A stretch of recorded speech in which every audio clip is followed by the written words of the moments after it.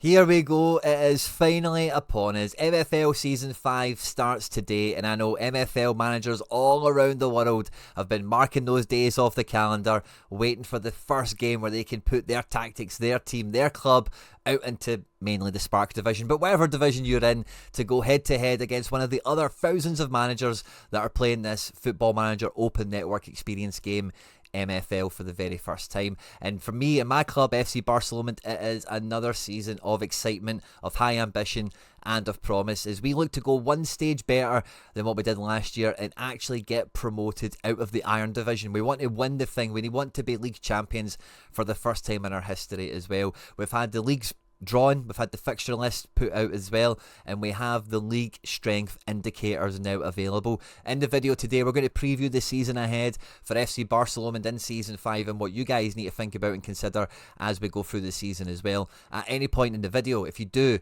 laugh, you learn, you like something or whatever, please do like and subscribe to the channel for more content like this. If you are brand new to MFL and you have not yet opened up your account, there's a link in the description of the video and in the pinned comment that will get you all the best beginner bonuses you need to get your account up and running. By clicking on that link, you don't just get yourself all the best stuff available for new users, but you also support me and all the content here at the channel, and I'm very grateful if you do so. If you get stuck, if you've got any questions, there's a ton of beginner content on the channel that will help you learn the ropes and all that good stuff, but feel free to jump into the comment section and ask any questions, and I'll do my best to come and sort you out. But yeah, let's just get stuck straight into this one, because the gap between Season 4 and Season 5 has felt like the longest off season in my MFL career to date so far, and a big part of that was, like, in the UK or wherever you are might have been the same, I suppose, but we've had Easter holidays, so I had like 2 weeks away or 9 days away with the kids and all that good stuff. We also had the Disney dollar boom.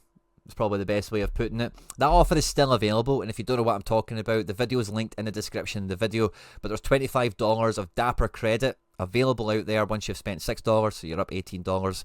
You can check that out for more details.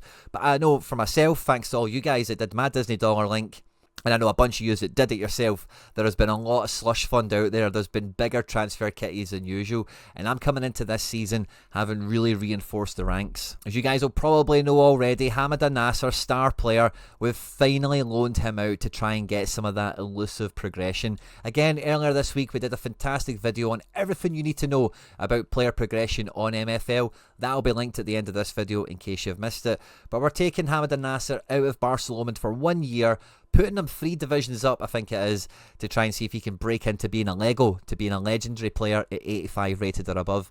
And we wish him well, we cross our fingers this works out well. But it's put even more pressure on the squad construction and the players we've had to bring in to give us that credible shot at Season 5. And I must say, for the most part, we have really lifted the level of player that we've got at the club.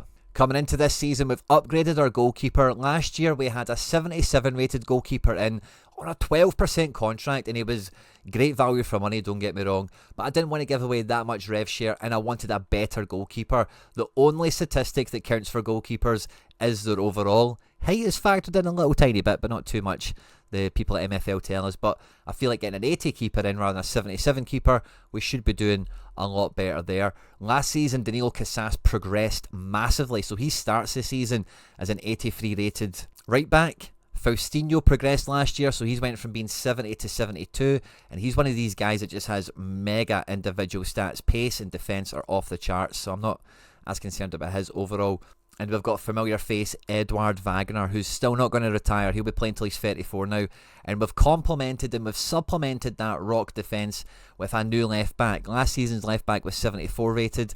This guy is 78. We've then got credible backups at right back with Strobel here, Ivanov at centre back, and Bodnarenko at left back. So we've got 7 defenders there for 4 positions, and this is going to be a clear rotation, 1 in, 1 out policy across the year. I think I want to keep the back 4 very consistent for the most part, and I'm not going to be chopping and changing throughout the cups and that sort of thing like we did last year as much, certainly. In midfield, we've retained Tito Hosni. We've also brought in Kolar here on loan, who's a brand new player, never kicked a ball, so he might have some mad potential. And although we're starting the season with him off as being 78, could quickly become a lot better. But we've went shopping, guys. We've brought in a left mid who gets +3, so he's actually 78 rated as a cam. And we've brought in Gerald Herbst, who you guys have heard me mention 1,000 times, of course, as well as Issa Vandy. Now, one of the big focuses for FC Barcelona in this transfer window has been prime age players. I want guys that are going to come in and hit the ground running, win matches, and be effective. And this guy just ticked so many boxes for me statistically, in terms of the attributes he has and the positions he can play. And he looks like a talisman. He looks like a guy that's going to sell some shirts for us.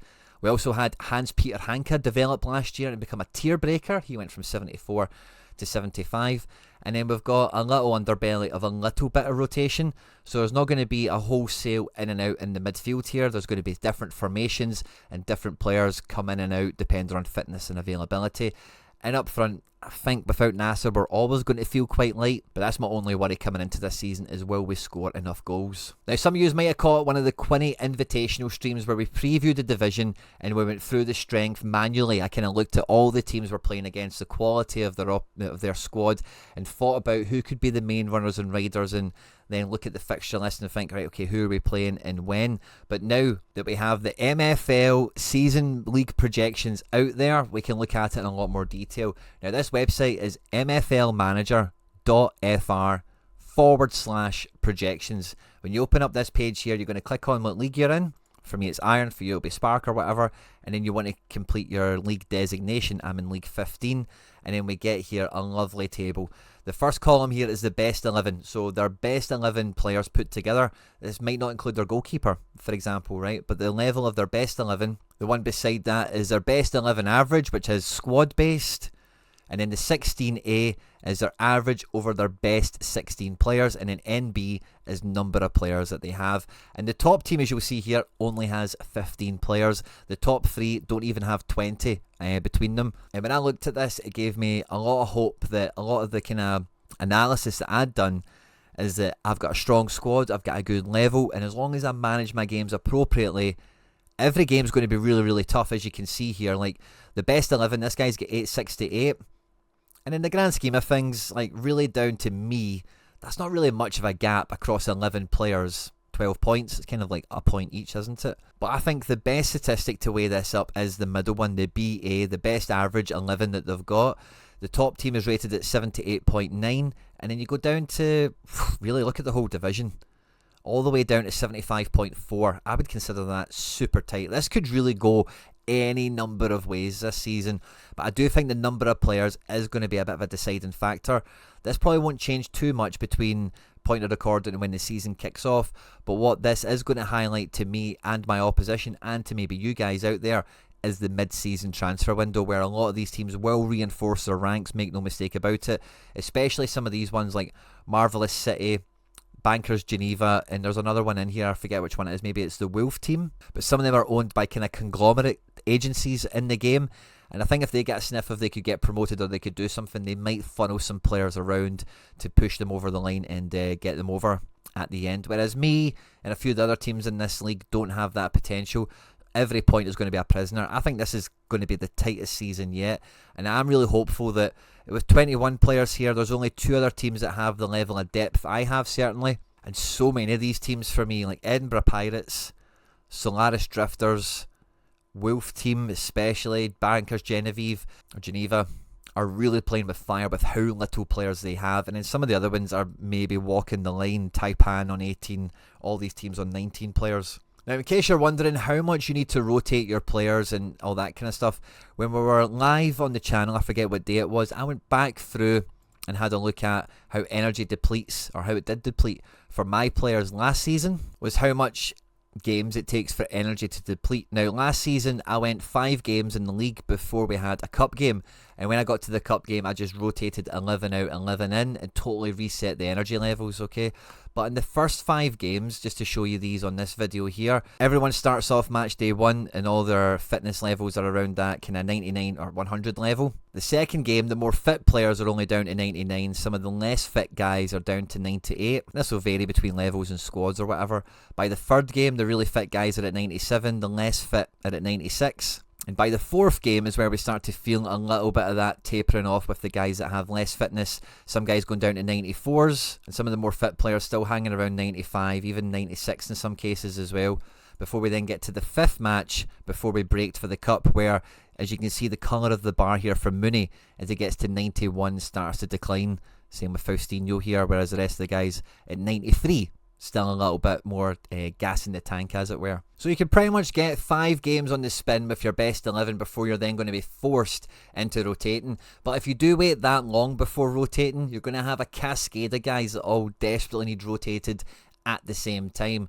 So that's just a little bit of context, a little bit of experience to maybe help some of you guys do the last little bit of business to make sure your squad is as deep and as round as possible. As ever, guys, we're going to do our best to have as many of FC Barcelona's league matches televised or streamed or broadcasted here on the channel, and match day 1 is 9:10 UK time on Wednesday. We did a lot of Wednesday night and Monday night, and actually a little bit of Friday night watch-alongs for MFL in Season 4, and with how tight this league is going to be, certainly for the FC Barcelona season ticket holders, we should get every game out there. But I can see myself doing a lot of streaming content, watching these games going out there, and I look forward to seeing how you guys are getting on in terms of preparations for this season. Have you looked at your league projection yet? Are you now faced with a little bit of a dose of reality, like, oh crap, my team is nowhere near it? Have you seen the projections and thought, wow, I'm actually one of the strongest teams in here, here we go? Are you going back into the market? Have you still got business to do?